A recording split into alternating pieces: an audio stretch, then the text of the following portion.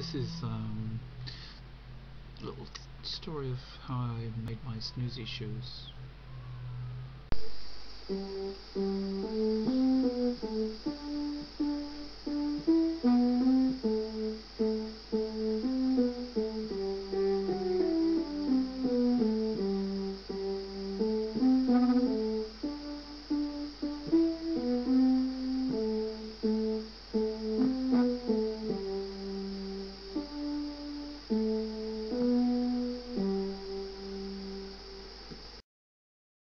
Here are some All Stars I've just converted to be another pattern I've designed for them, this jungle pattern. I've even stuck the Converse label back on.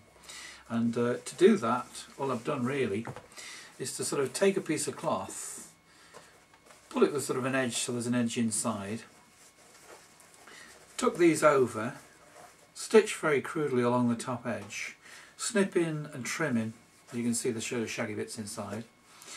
So along that top edge, so you just go along the top edge, leaving yourself a skirt that will sort of come to where you want it to, or you can be pulling it out so it becomes beyond there. And then by pulling that up, I can put some glue along here, along the eyelets, and glue along this bottom edge. Then roll that back on like I did with the hat, making sure I've got the bit tucked under I want. So you've got a nice sort of, not a hemmed edge, but an edge that you can tuck under and then sew and glue.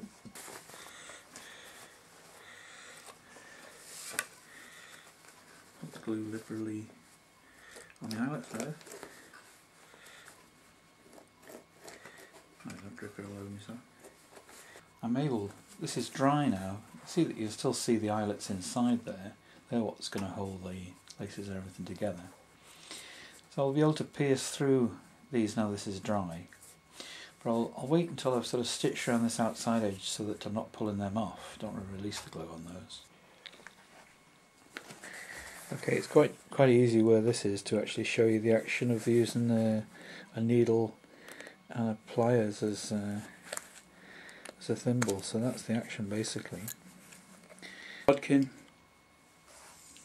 This is bookbinder's thread. Just happen to have it in. I think I'll send that from the inside out. So I just give that a shove. This time I haven't caught the rubber. It's a bit harder when I do catch the rubber. Oops. I use a couple of holes at the same time, so you can see I'm creating a kind of zigzag situation. Plunging that through there. Pull that through. No, I need to pliers.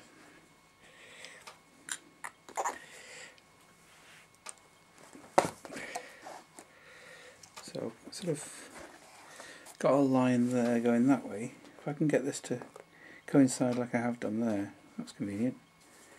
With that hole, take it back through that one. It means that I'm not making too many holes and the stitches are starting to look tidier. As if they'd been sort of machined in or something. But, if an opportunity comes up to improve or repair, I should really take it while I've got the chance. So you can see how inside here the wall is thin, and outside here it's quite broken. So what I want to do is put a piece of canvas in there, tent canvas, the stuff I paint on, cotton duck, into here, glue it in, into there and glue it in, just there. And then I'll be able to stitch through that at the same time. So, so that's it. I've smoothed in, covered it with glue, and smudged in this piece of canvas, sort of plastering it in, sticking these other bits over the top of it. And so I've made a decent repair to the inside there.